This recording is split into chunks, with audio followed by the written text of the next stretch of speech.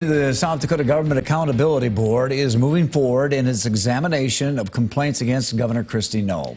The complaints involve use of the state airplane and a meeting at the governor's mansion concerning her daughter's appraiser license. KELOLAND's Tom Hansen was at today's meeting in Sioux Falls and found that very little information is available to the public.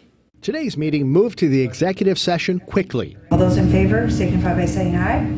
Aye. After about 45 minutes, the executive session ended and the board announced their next move. They decided to hire an attorney to advise them on the legality of the issues being raised.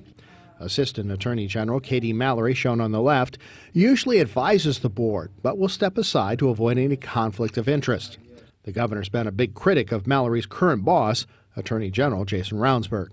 The board's involvement started in February of 2021, when some state lawmakers requested the Attorney General investigate whether Governor Noem violated state law by flying a state airplane to events hosted by political organizations.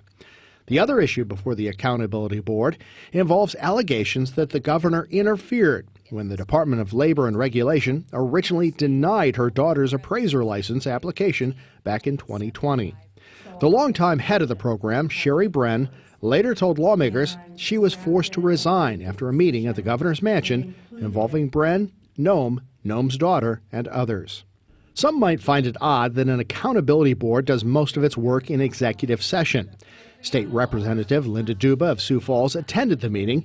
She says the law surrounding what the board can and cannot do when it comes to information is stifling. Well, they're not even able to talk about the complaints themselves, the process that they're going through. Everything is in executive session. We heard this morning where they need to go retain an attorney, and they can't even disclose why they need to do that. We reached out to the governor's office to ask if she responded to the board's request for information from her.